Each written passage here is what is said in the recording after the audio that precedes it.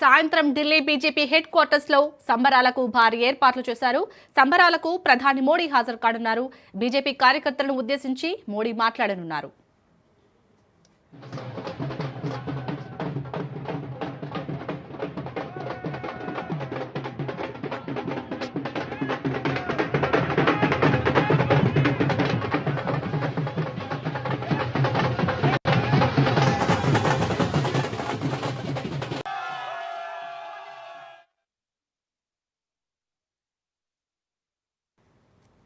ఇక ఢిల్లీలో అయితే బీజేపీ విజయ పరంపర కొనసాగుతుంది. దీనిపై పూర్తి డీటెయిల్స్ మా ప్రతినిధి రాజరెడ్డి అందిస్తారు. రాజరెడ్డి, అప్డేట్స్ ఏంటి?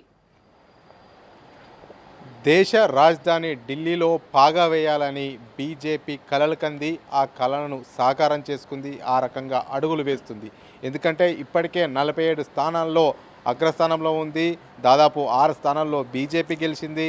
23 స్థానాల్లో ఆమ్ ఆద్మీ పార్టీ ఆధిక్యంలో ఉంది. అయితే ఆమ్ ఆద్మీ పార్టీకి బీజేపీ చావు దెబ్బ కొట్టిందని చెప్పుకోవచ్చు. ఎందుకంటే ఆమ్ ఆద్మీ పార్టీకి ఉన్నటువంటి ఎవరైతే ఉన్నారో వెన్నుముకలుగా ఉండేటువంటి మనీష్ సిసోడియా కానీ కేజ్రీవాల్, ఈ ఇద్దరు కూడా ఓటమి పాలు చెందారు. ఇదంతా ఆమ్ ఆద్మీ పార్టీకి అయితే పెద్ద ఎదురు దెబ్బ అని చెప్పుకోవచ్చు. ఎందుకంటే కేజ్రీవాల్ అదేవిధంగా మనీష్ సిసోడియాను అక్రమంగా అరెస్ట్ చేశారు, జైల్లో పెట్టారు అనేది కూడా పెద్ద ఎత్తున వీళ్ళు ఎన్నికల ప్రచారాన్ని కూడా చేశారు. అదే ప్రచారంలో ప్రజల వద్దకు తీసుకెళ్లారు. కేజ్రీవాల్ను అక్రమంగానే జైల్లో పెట్టారు, మనీష్ సిసోడియాను అక్రమంగానే జైల్లో పెట్టారు అనేది కూడా పెద్ద ఎత్తున ప్రచారం చేస్తూ సానుభూతిని పొందే ప్రయత్నం ఆమ్ ఆద్మీ పార్టీ చేసింది. అదేవిధంగా కేంద్రంలో బీజేపీ అధికారంలో ఉంది. బీజేపీ పార్టీని ఏ పార్టీ ఎదిరిస్తే ఆ పార్టీని నేతలపైన కేసులు పెట్టడం ఆనవాయితీగా నడుస్తుంది అనేది కూడా పెద్ద ఎత్తున కేజ్రీవాల్ ప్రచారంలోకి తీసుకెళ్లారు. అంతేకాకుండా రానున్న రోజుల్లో బీజేపీని దెబ్బ కొట్టేది ఆమ్ ఆద్మీ పార్టీ అనేది కూడా పెద్ద ఎత్తున ప్రజల్లో ప్రచారం చేశారు. కానీ ఇంత ప్రచారం చేసినా, ఇవన్నీ చేసినా కానీ ఏమాత్రము వాళ్ళకు వర్కౌట్ కాలేదు. పొలిటికల్ స్ట్రాటజీ చాలా యూజ్ చేశారు ఆమ్ ఆద్మీ పార్టీ కూడా. ఎందుకంటే ఏ రకంగా బీజేపీ గెలవాలని కలలు కందో, ఏ రకంగా 27 సంవత్సరాల తర్వాత మళ్ళీ అధికారంలోకి రావాలని కాషాయ పార్టీ చూసిందో, ఆ రకంగానే మరోసారి వరుసగా 3 సార్లు గెలిచినాం, మరోసారి గెలవాలనేది కూడా కేజ్రీవాల్ ప్రయత్నం చేశారు. అంతే ఎత్తుగడ వేశారు. ఏదైతే ఆ బీజేపీ ప్రచారాన్ని చేసిందో ఆ ప్రచారాన్ని తిప్పికొట్టే ప్రయత్నం చేశారు. కానీ ప్రజలు బీజేపీకి వైపే మొగ్గు చూపారు. ఆమ్ ఆద్మీ పార్టీని ఓటమి పాలయ్యే విధంగా ఓటర్లు అక్కడ ఓటు వేశారని చెప్పుకోవచ్చు. ఎందుకంటే ఆమ్ ఆద్మీ పార్టీ ఏ ప్రచారం చేసినా కానీ అది బీజేపీకే మైలేజ్ ఇచ్చింది, బీజేపీకే అడ్వాంటేజ్ అయింది.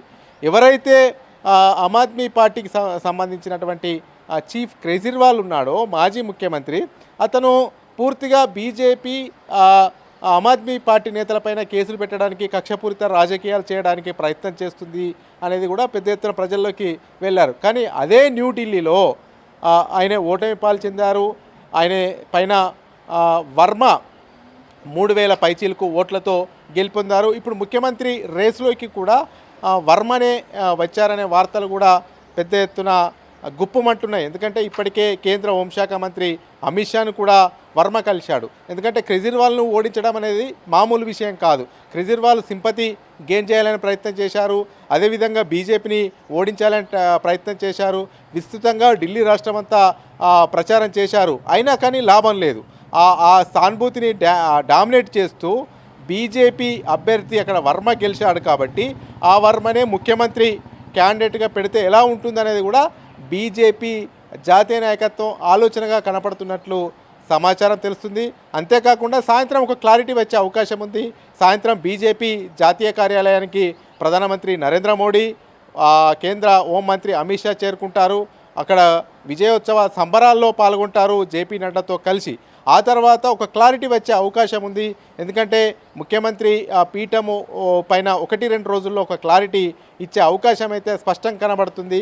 ముఖ్యంగా చూసుకున్నట్టయితే ఆమ్ ఆద్మీ పార్టీని ప్రజలు తిరస్కరించారు ఢిల్లీలో. అదేవిధంగా బీజేపీ 27 సంవత్సరాల కళ సాకారమైంది. 27 సంవత్సరాలుగా ఎదురు చూస్తూ ఢిల్లీ పీఠాన్ని అధిరోహించాలి, ఢిల్లీ పీఠాన్ని కైవసం చేసుకోవాలన్నటువంటి కలలు నిజమయ్యాయి. ఆ రకంగానే విస్తృతంగా ప్రచారం చేశారు. ముఖ్యంగా బీజేపీ ఒకే నినాదం ఎత్తుకుంది, పెద్ద ఎత్తున అవినీతికి మయమైపోయింది ఆమ్ ఆద్మీ పార్టీ. చెప్పడమేమో నీతి వ్యాఖ్యలు చేసింది, కానీ ఆచరణలో మాత్రం అవినీతికి దిగింది. ముఖ్యంగా ఢిల్లీ లిక్కర్ స్కామ్లో జైల్లోకి వెళ్ళారు మనీష్ సిసోడియా, అదేవిధంగా కేజ్రీవాల్. ఇదే అంశాన్ని పెద్ద ఎత్తున ప్రచార అస్త్రంగా వాడుకుంది. అవినీతిమయమైపోయింది, అవినీతి రహితంగా ఉంటానని అధికారంలోకి వచ్చాడు. సింపుల్ సిటీకి కేర్ ఆఫ్ అడ్రస్గా చెప్పుకున్నటువంటి కేజ్రీవాల్ మీదికి మాత్రం సింపుల్ సిటీకి కనబడతాడు, లోపల మొత్తం అవినీతి దాగి ఉంది, అవినీతి చేశాడు అనేది కూడా పెద్ద ఎత్తున ప్రచారంలోకి తీసుకెళ్లడము. అదేవిధంగా ఇద్దరు కూడా మనీష్ సిసోడియా కానీ కేజ్రీవాల్ కానీ ఇద్దరు అవినీతి వల్లే జైలుకు వెళ్ళారనేది కూడా పెద్ద ఎత్తున ప్రజల్లోకి వెళ్ళడము. అంతేకాకుండా ఢిల్లీలో డబల్ ఇంజన్ సర్కార్ ఉంటే అభివృద్ధి సాధ్యమవుతుంది. కేంద్రంలో రాష్ట్రంలో ఒకే సర్కార్ ఉండాలి.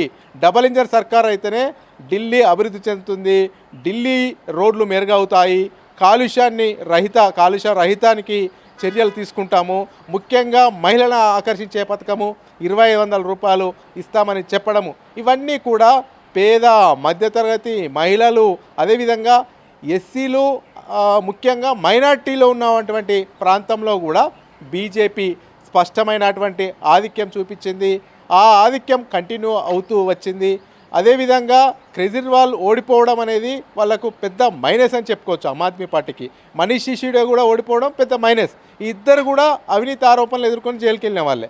అదేవిధంగా అతిషి లాస్ట్ మూమెంట్లో, అంటే చివరి రౌండ్లో ఆమెకు అద్భుతం జరిగి, మిరాకిల్ జరిగి, లాస్ట్ 2 రౌండ్లో ఆమె చావు తప్పి కనులొట్టపోయినట్టు ఆమె గెలిచారు. ఆమె కూడా ఓడిపోతుందని అందరూ భావించిన లాస్ట్ 2 రౌండ్లు ఆమెకు సానుకూలమైనటువంటి ఓట్లు వచ్చాయి.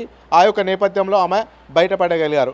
మొత్తానికి చూసుకున్నట్టయితే బీజేపీ శ్రేణుల్లో కొత్త నయా జోష్ వచ్చిందని చెప్పుకోవచ్చు. ఎందుకంటే పార్లమెంటు ఎన్నికల్లో పోటాపోటీ, అంటే మ్యాజిక్ ఫిగర్ రానిటువంటి పరిస్థితి బీజేపీకి. ఎన్డీఏ భాగస్వామ్య పక్షాలతో కలిసి పార్లమెంటు ఎన్నికల్లో కేంద్రంలో ప్రభుత్వాన్ని ఏర్పాటు చేసినటువంటి స్థితి నుండి ఈరోజు ఒక్కొక్క రాష్ట్రాన్ని ఛేదించుకుంటున్నాయి. మహారాష్ట్రలో మొన్న ఎన్నికలు జరిగాయి. మహారాష్ట్రలో అంతకుముందు పార్లమెంట్ ఎన్నికల్లో బీజేపీకి ఆశించిన విధంగా ఫలితాలు రాలేదు, కానీ అసెంబ్లీ ఎన్నికలు వచ్చే వరకు మళ్ళీ అనూహ్యంగా పుంజుకుంది. ఎవరి అంచనాలకు అందని విధంగా ఎగ్జిట్ పోల్స్ అంచనాలను తలకిందులు చేస్తూ మహారాష్ట్రలో గెలిచారు. అదేవిధంగా ఇప్పుడు ఢిల్లీలో కూడా మెజార్టీ ఎగ్జిట్ పోల్స్ అంతా కూడా బీజేపీ గెలుస్తుందని చెప్పింది. బీజేపీకి 40 నుంచి 50 మధ్య సీట్లు వస్తాయని చెప్పింది. ఆ రకంగానే గణనీయంగా పార్టీని పర్ఫార్మెన్స్ని పెంచుకుంది. విస్తృతంగా ఇతర రాష్ట్రాలకు సంబంధించినటువంటి ముఖ్య నేతలు కూడా వెళ్ళి ప్రచారం చేశారు. ఢిల్లీలో తెలుగు రాష్ట్రాలకు సంబంధించినటువంటి ప్రజలు కూడా పెద్ద ఎత్తున ఉంటారు కాబట్టి అక్కడికి ఉమ్మడి రాష్ట్రం నుంచి, అంటే ఆంధ్రప్రదేశ్ నుంచి నారా చంద్రబాబు నాయుడు ముఖ్యమంత్రి, పవన్ కళ్యాణ్ డిప్యూటీ సీఎం, అదేవిధంగా తెలంగాణ నుంచి కేంద్ర మంత్రి కిషన్ రెడ్డి, బండి సంజయ్, ఈటల రాజేందర్, ఇలా నేతలంతా కూడా విస్తృతంగా ప్రచారం చేశారు. ఈ నాయకులు ప్రచారం చేసిన ఆ నియోజకవర్గాల్లో కూడా, తెలుగు ప్రజలు ఉన్నటువంటి నియోజకవర్గాల్లో కూడా బీజేపీ స్పష్టమైనటువంటి లీడు సాధించగలిగింది.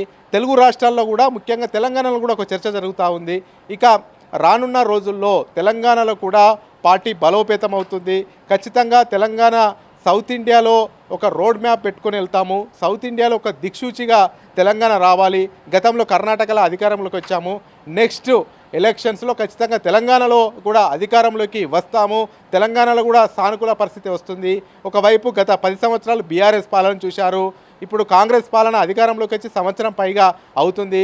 కాంగ్రెస్ కూడా ఇచ్చినటువంటి హామీలను నెరవేర్చలేదు. ఈ అంశాలనే ప్రధాన ఎజెండాగా పట్టుకొని పోతాము. రానున్న ఎన్నికల్లో ఖచ్చితంగా తెలంగాణలో కూడా ఆశించినటువంటి ఫలితాలు వస్తాయనేది కూడా తెలంగాణ నేతలు కిషన్ రెడ్డి కానీ, బండి సంజయ్ కానీ, డీకే అరుణ కానీ, ఈటల రాజేందర్ స్పష్టం చేస్తున్నటువంటి పరిస్థితి నెలకొంది. మొత్తానికైతే ఆ ఢిల్లీ జోష్ అనేది తెలంగాణ వరకు కూడా తాకింది. పెద్ద ఎత్తున దేశ రాజధానిలో సంబరాలు జరుపుకుంటున్నారు. దేశవ్యాప్తంగా కూడా ఢిల్లీ రాజధాని కాబట్టి ఆ యొక్క గెలుపును అన్ని రాష్ట్రాలు భాగస్వామ్యాలు అవుతున్నాయి. అన్ని రాష్ట్రాల్లో కూడా బీజేపీ శ్రేణులు సంబరాలు చేసుకుంటున్నాయి. ఎందుకంటే 27 సంవత్సరాల కళ సాకారమైంది, 27 సంవత్సరాల కళ నెరవేరింది అనేది కూడా పెద్ద ఎత్తున ఆనంద ఉత్సవాల మధ్య బీజేపీ సంబరాలు చేసుకుంటుందని చెప్పుకోవచ్చు. శాలిని, అలాగే రాజిరెడ్డి మరి